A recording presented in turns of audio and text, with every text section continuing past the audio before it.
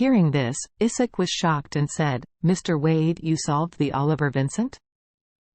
God, that's a famous thief duo in Orus Hill. The methods are cruel and ruthless, and the strength is also number one in Eastcliff." Isaac couldn't help but said excitedly, "Mr. Wade, you are so amazing. If the Wade family knows your strength, it would definitely cause a huge sensation." Charlie said calmly, "It's enough for you to know this, don't pass it back to the Wade family, or I will never forgive you." Isaac respected Charlie's orders, and said respectfully, "It's the young master, I must be tight-lipped, and I will send someone to deal with it right now." Charlie gave a satisfied hum, then hung up the phone and walked to the car. Opening the car door, Charlie sat in the driver's seat and started the car calmly, as if what he had killed just now was really just 2 dogs. Elsa sat in the back row, her beautiful eyes staring at Charlie's profile. In her eyes, 2 shining lusters flickered in them, carefully tasted. There was actually a color of love and admiration. After the car arrived in the city, the terrifying storm just now gradually stopped.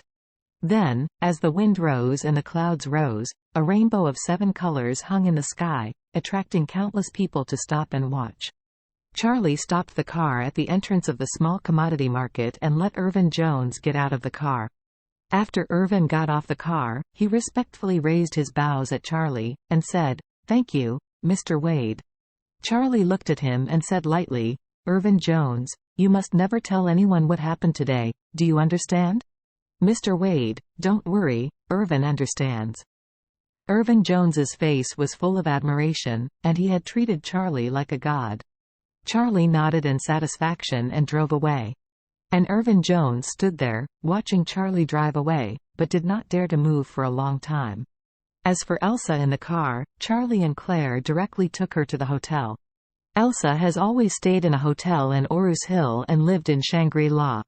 The security here is very good, and it is the property of the Wade family. It would take Elsa's cousin tons of courage, and he would never dare to attack Elsa here. Until she got out of the car, Elsa's eyes looking at Charlie were still very complicated. She was like a big rock in her heart. She had a lot of words. She wanted to say to Charlie, she wanted to thank him, and she wanted to confess to him, regretting that she had no eyes. She read him wrong. It was just that in front of Claire, what she wanted to say could not be said at all. Can't help it. Several times, Elsa hesitated and stopped. Elsa arrived at the door of the hotel. Claire hugged her and said softly, "Elsa, remember, you must call Charlie when you encounter trouble, and don't let yourself be in danger." Elsa nodded and said softly, "Don't worry, Claire, I will." Charlie looked at Claire holding Elsa, and couldn't help feeling sore. His wife had not held him many times, but she often held Elsa, her best friend. Charlie didn't notice. Elsa looked at Claire's eyes with some envy as well. Taking into account that Elsa is Claire's best friend, Charlie likes their company. For her safety, he took advantage of the second daughter's goodbye to send a message to Isaac. "Please send a message to Eastcliff Dong's family. If they follow the idea of harming Elsa anymore, I will level the Dong family. The strength of the Dong family is less than 1/10 of the Wade family. They will not dare to make another mistake." After separating from Elsa, after Charlie and the two returned home, Claire hurried to the bathroom to take a shower and change clothes because of the rain. Charlie handed all the money he took back from Irvin Jones to Jacob. Jacob triumphantly took over 300,000 and said excitedly, "These 300,000 are just the beginning. Next time I will earn him 3 million by picking up leaks. From now on, our family's good life will depend on me. Ha ha ha ha." Charlie smiled awkwardly, and said in his heart, Jacob, you can spare Irvin Jones.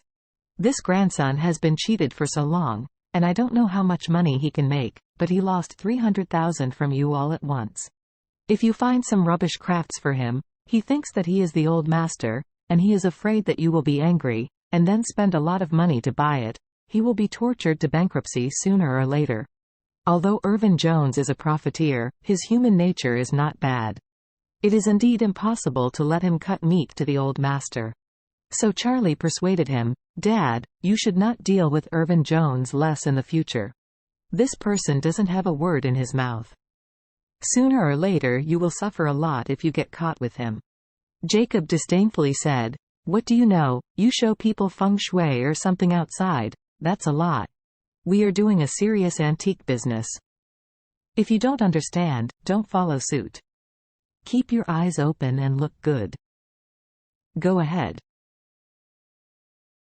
Seeing that Jacob had identified this path of no return, Charlie could only shake his head helplessly and return to the bedroom. When he walked into the bedroom, Claire had already taken a shower and put on lavender silk suspender pajamas. The fragrant shoulders were like snow, the jade arms were smooth and tender, and most of her beautiful back was exposed. Charlie couldn't help his throat dry as his eyes focused on her. The pajamas, thin as cicada wings, neatly outline the graceful curves of her lying on her side. The skirt just covers her thighs. The two curvy legs are slightly close together, and the jade feet are round as jade.